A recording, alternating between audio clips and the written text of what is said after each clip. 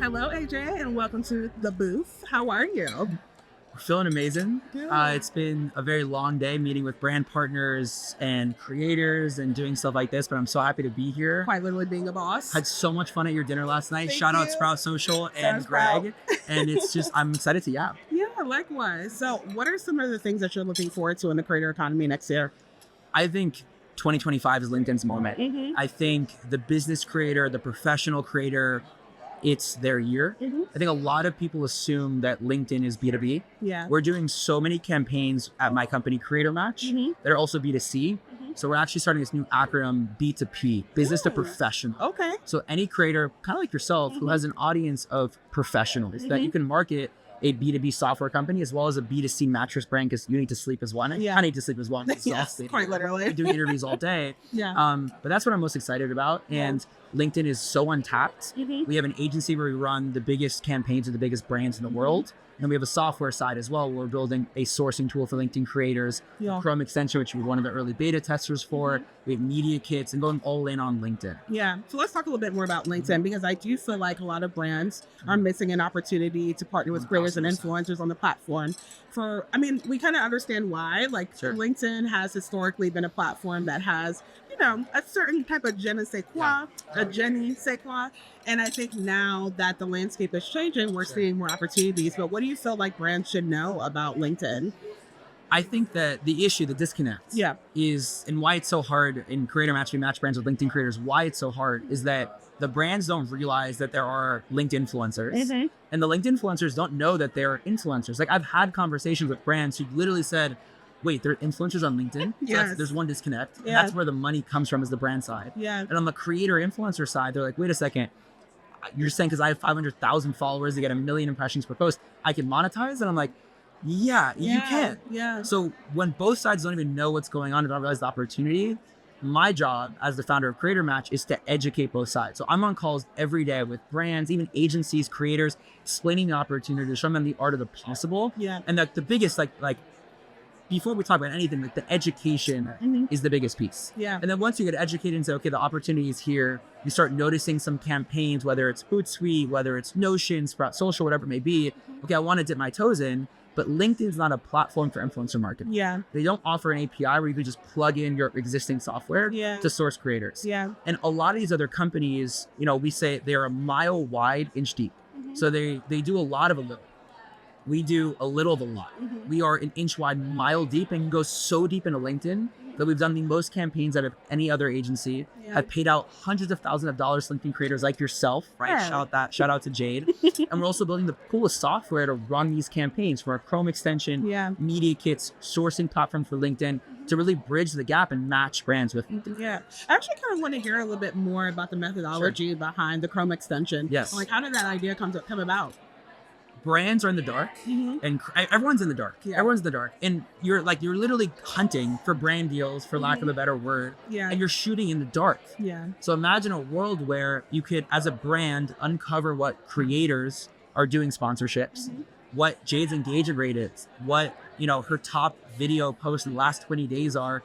I want to search by keyword marketing. You can't do that on LinkedIn, right? On the creator side, a lot of creators do outreach to brands. The biggest challenge is you're reaching out to brands who have never done LinkedIn. Yeah. Imagine if I told you, hey, these 5 brands just did a LinkedIn sponsorship with these 5 creators, right? Your success rate will be way higher. Yeah. So the Chrome extension was essentially a tool to democratize the technology of what we've been using internally at Creator Match. So we have about close to 1,000 users now using the Chrome extension. We launched on Product Hunt last week. Shout out to Product Hunt launch. Jay was one of our early testers and incredible feedback. Yeah. And it's free. We have no plans to monetize. It's not freemium, it's free. Yeah. And you can go to any creator's profile and see their sponsored content, see their top performing posts, see, all their analytics, do advanced sorting, filtering, and then on a homepage, you have an entire database of all the sponsored and organic content. Yeah. Yeah, which is obviously also helpful for creators and influencers themselves. Exactly. Yeah, I feel like I will go and literally look at my own profile with the extension and I'm like, oh It's yeah, addicting. It's I addicting. did do a sponsored post that day. Yep. Yeah, it's very helpful. So obviously as someone who's very tapped into the LinkedIn space, what are some of like the trends or content styles on LinkedIn that are living in your mind rent free? So, right, I mean, LinkedIn is always living in my mind rent free. My Actually screen obsessed. time is so bad because I need to check when posts go live. Yeah. I'm prospecting. I'm checking in on brands. Like it's bad. LinkedIn Like, is quite literally your bad. But I business. say it's productive. So like, Yeah. if you could tell me it's productive, that'd be amazing. Yes, it's productive. It'd be worse if it was on other channels. LinkedIn it's good. I'm just an enabler though. I, I'm the that's it. same But, way. but I will say this, like, Yeah. quick tangent for a second. An hour on LinkedIn is not a doom scroll. Yeah. Like I actually have FOMO because I feel like I find so many opportunities. Like Yeah. I saw a post that you made about who wants to come speak on this show. Yes. Basically. Yeah. And if I didn't comment or didn't text you about it, I would miss it. Yeah. So the opportunities are there. People love it. Yeah. I think for me, what's top of mind in terms of formats, video is crushing right now. It's very random. You can have under 100 likes for a video and literally have 1 million plus views. And you see that So we did many a impressions. campaign with Opus Clip. Yeah. And your specific video went the most viral out of any creator in the campaign. LinkedIn as a platform is pushing video. Yeah. And I think like a huge takeaway that I've learned, even like back in the days when TikTok was launching, you want to get behind the platform and what they're prioritizing. Yeah. Like almost a great analogy is like if you are an ambulance and you're driving through all the traffic, you want to drive right behind that ambulance and follow them throughout all the traffic because that's where the gold is going to be. Yeah. So like they're making it very obvious that they're prioritizing video. They're making product updates. They're showing analytics. They're going to be adding ads in the feed for video. The most random video content is getting boosted because there's not enough video content in general. Right. Less than 1% of users of ability users are posting. Yeah. So like that's where the money is. Yeah. Like if you are a creator right now, double down on video. If you're a brand, I would test video, and it's video is all the craze right now. Let's talk more about video content because one of the conversations I was having earlier is that some creators, while they do want to create video content, they simply do not feel comfortable being on video. Like even now we're seeing a lot of like those faceless Instagram and TikTok accounts. I don't know if there's a world where faceless LinkedIn video accounts will work, but how would you suggest creators who want to tap into LinkedIn video but don't want to be on camera create content like that? So just because LinkedIn is prioritizing video does not mean that you either A, only should be posting video or B, have to be posting video at all. Yeah. Like I've met video creators who do one video a week that does super well. And I said, well, and I'm looking at the Creator Match Chrome extension. I'm looking at that post frequency table and I see one dot and then 6 empty dots and then one dot. And it's like, where's the frequency of content? And it's like, oh, well, I can only pump out one video post a week because it's, I mean, you and I both know it. It's a lot more work. 100%. So it's okay to have, and you not even know it's okay. You should have multiple post formats. You should have video, carousel, poll, image, single text. Yeah. So like you should have a variety of content. Yeah. But I will say with video, it's a different beast. Yeah. Right. So I think that variety is super important. And I think that those faceless creators, we've done a ton of campaigns with them, especially in the productivity niche. Okay. So like, yes, you might not lean in and get the traction that you would get for video, but we've seen like carousel specific creators crush it and it does super well bottom of funnel. Yeah. So I would test everything, find out what works for your audience and then double down on it. Yeah, I love that. Okay, so I'm going to switch gears a little bit. I feel like one of the buzzwords that I've been hearing a lot today is authenticity. Yes. Are there any other marketing buzzwords that you feel like we need to 86 expeditionally? Synergy. Oh, I'm getting triggered by synergy. I use it a lot. I will say that. I would say synergy. I would say pick your brain. Okay. Even though I feel like I've used it before. No, let's lean into that one. Okay. Pick your brain as a phrase. Because I've heard from other people in this space that it really does agitate them. What do you think the feelings are around that? Around that specific phrase? I mean, so it's just like it's a corporate, I come from a corporate background. Yeah. I was in consulting for 3 years doing product marketing for Google as a consultant. And there's just a lot of corporate, and like LinkedIn, especially as a platform, has been super, if I were to put a tie on, super buttoned up. And it's changing. It's becoming more of an authentic platform. A lot of my content, what's funny, I think there's two types of creators on LinkedIn. There's ones that prioritize, I want to make money with brand deals. So I want the highest engagement rate. I'm going to make more top of funnel, fluffy content, high reach. My goal is as a revenue stream to get brand. Yeah. The other side is where I kind of fit in, where it's more build and help. Where I don't really care if it's gets seen by 1 million people or 10 people. It's literally building Creator Match in public, documenting being on the show, how we prepped, the dinner last night, what we're doing tonight, etc. And the goal is just to build an audience, be super authentic with my content. Some is top of funnel, middle, bottom of funnel, to drive traffic, to build creator match, to elevate creators like yourself, brands, etc. So it all comes down to authenticity. But I also think around picking your brain, like networking is just, it gets known as cringe. I think the traditional networking is like, I need to give you value, you're gonna give me value, and it's literally like a transaction. Yes. And it's just not true. Like I love reaching out, by the way. Good reach out. Like I love cold outreach. Same. I will literally cold outreach and say, I'm not selling you on anything. I'm generally curious at what you do. Yeah. And if you have 10, 15 minutes for a super quick virtual coffee chat, I'm down. If not, let's stay connected. We'll support each other. We'll comment on each other's posts, and that's it. But I hate pick your brain. Let's find some synergy. Don't hit you with a calendar link on your first outreach message, especially if it's like, hey, sir, hey, comma. Yes. I see that we're both in, the creator world. Let's connect. Like, get more authentic. Actually, the bit of my existence, truly. It's insane. It's insane. I mean, I do think there's some validity to the point where, going back to what you were saying about like working in corporate, and we see a lot of this like corporate jargon on LinkedIn.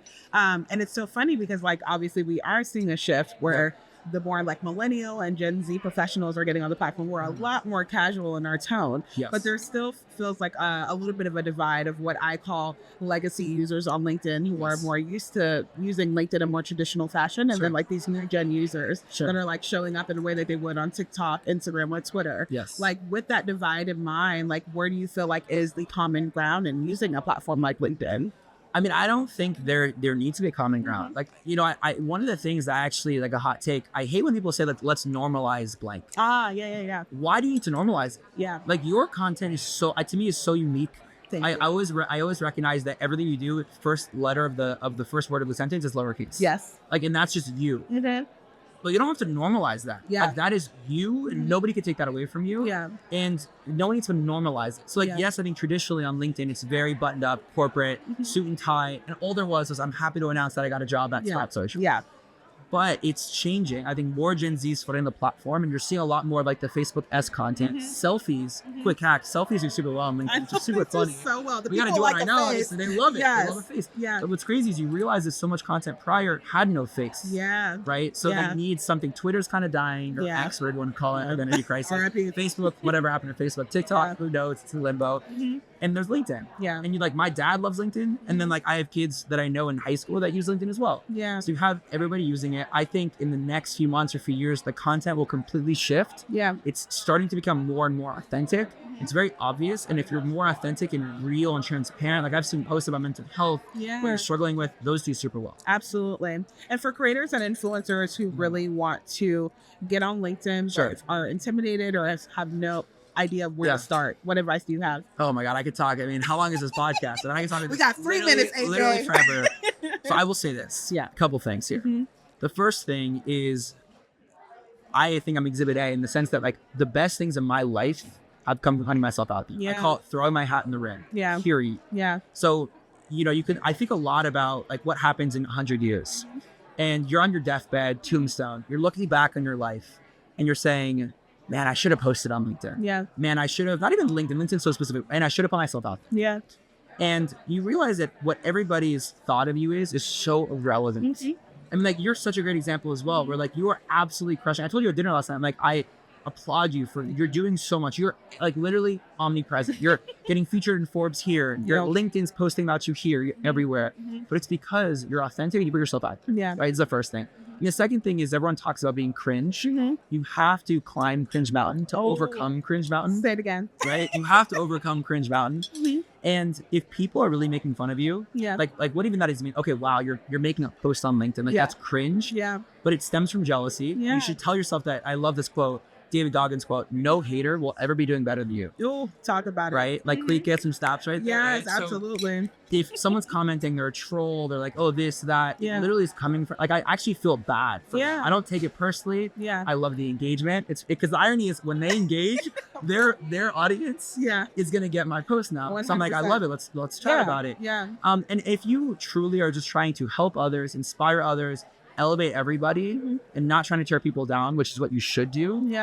Put yourself out there. And like the best things in life come from that. And the people saying all these stupid things are either A, not your real friends. Like, oh, if my friends say I'm cringe, they're not your real friends. Agreed. And they're going to ask you for jobs in a few years, and they're going to ask you for advice. They're going to say, hey, you got featured in Forbes. How could I do that? Yeah. Like, that's the mindset I have. Yeah. And I also know if I don't do it, one of my competitors will. Yeah. So Yeah. if not you, then who? Exactly. And one thing I will say on top of that is closed mouths do not get fed. Yes. You literally have to put Yes. yourself out there. And if Yes. it makes you uncomfortable, get comfortable with Yes. being uncomfortable. Yes. And you're literally just a perfect example of that. And literally all the stuff that you're doing. I mean, think about as much as people want to think that everything that you do is inbound, and maybe now I'm sure it's more inbound than outbound. Yeah. But in the early days, like you were hustling, 100%. putting yourself out there, Yeah. throwing your hat in the ring. Hey, I'm Jade. I do this. I do that. And then Yeah. what's so cool, and you've definitely seen this, snowball effect is real. Yeah. And like the hardest thing is just getting the initial snow to build the momentum. Yeah. But you get Hootsuite, and then you get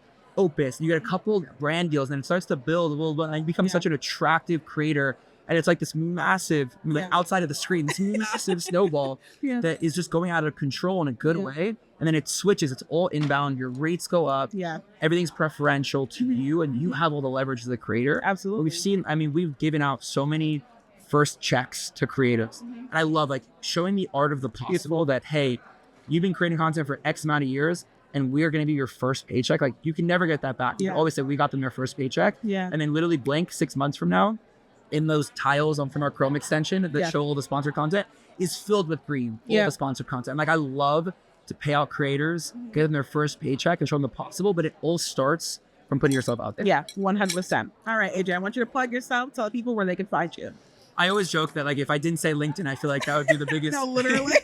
I feel hot. But just reach out to me on LinkedIn. Go to creatormatch.com. We have our free Chrome extension, which we talked about. It's a deep dive into any creators analytics across the entire platform, the billions of people. And if you have any questions, let me know. But my only piece of advice is put yourself out there, because if you don't, somebody else will. Amen. You heard it here first. Thank you, AJ. Yes, Good thank to you for see having me. you. It's awesome.